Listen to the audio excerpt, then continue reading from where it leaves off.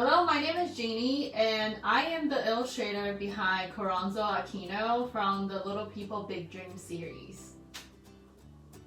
Today we will be talking about little Cory and do a tiny little workshop about color.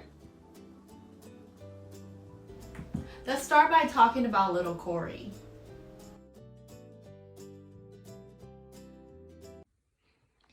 This is the story of a little girl born in a country with thousands of islands.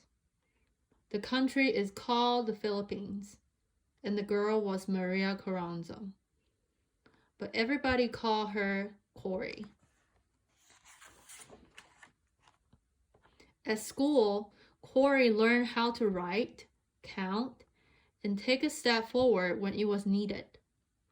When one of her friends had to leave the city before giving a speech in front of the school, it was Cory who took the responsibility to speak for him.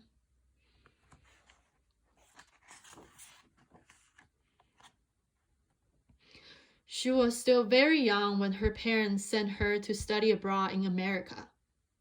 Cory went on to get a degree in mathematics and French. But she had a great sense of justice and returned home determined to become a lawyer.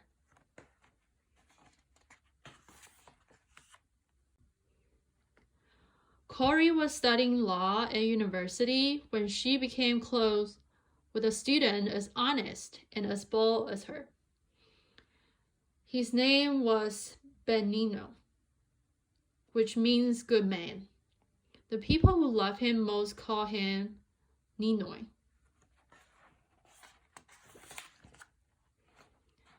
Cory and Ninoy were inseparable, and when Ninoy decided to become a politician to help improve the lives of all Filipinos, Cory sold her most beloved heirlooms to support him.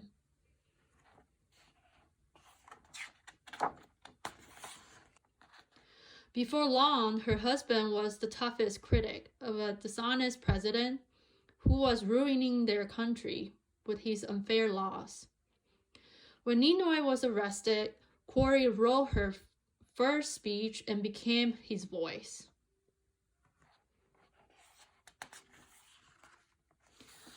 Then one day, the president decided that he would make all the decisions without listening to his people.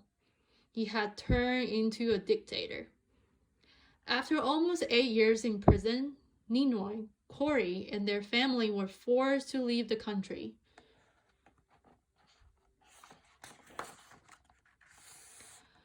The Aquinos moved to Boston, where they spent the happiest 3 years of their lives. But Cory knew that Ninoy had to go home to try to restore democracy, giving power back to the people.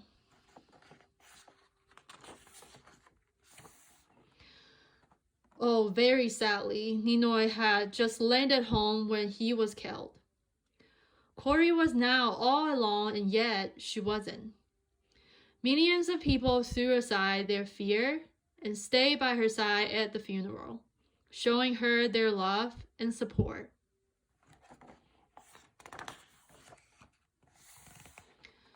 The task has fallen on Cory's shoulder to continue her husband's work, and she decided to run for president. When the greedy president faked the result of the election, she knew a revolution was about to start.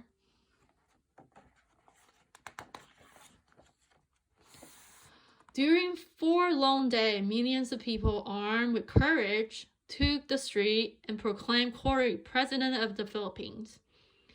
It was a victory for democracy and the end of a dictatorship. The whole world was watching when Cory became the first female president of the Philippines. There she was, the courageous woman who brought democracy back to the country with thousands of islands.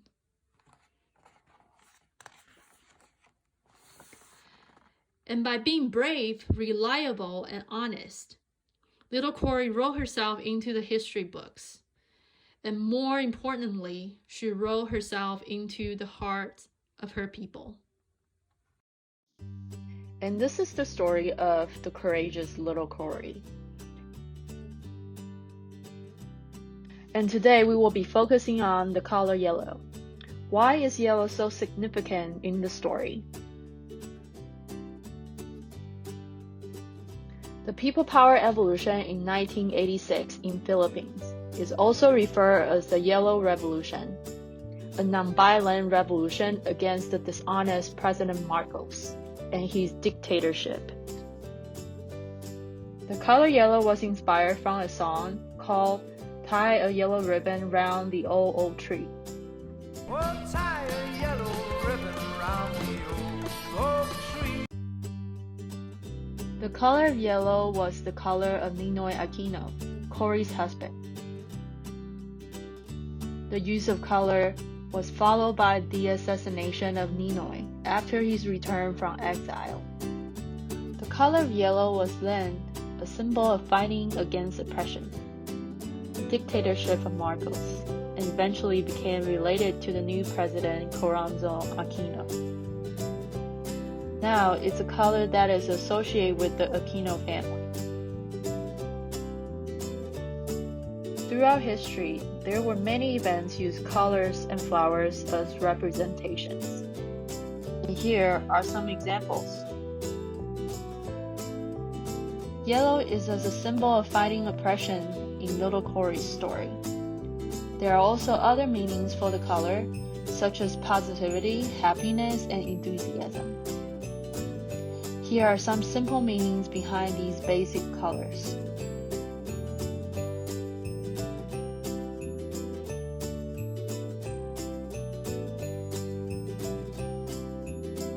Your project today is to create something with color or flower that represent historical events or just to inspire people.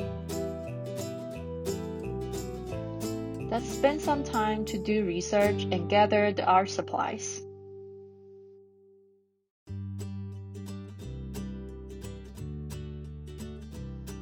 Here's the supply I gathered. I decided to go with yellow since it's also the color for the book.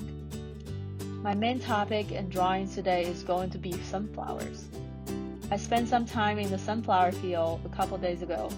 It made me very happy, and I would love to bring the happiness to all the people.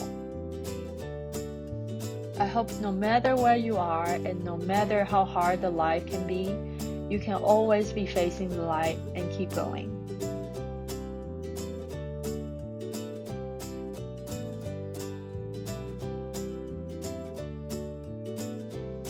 The idea of this project is to create something to inspire people with color or flowers. I've decided to use my felt to create a sunflower banner and also use my scan-in drawings to create sunflower patterns.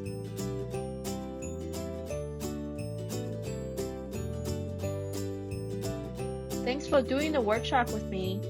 Special thanks to Quarto Kids, Moonlight Books, and Maria for the opportunity. After you finish the project, share it on social media and hashtag Drawing with Ginnie.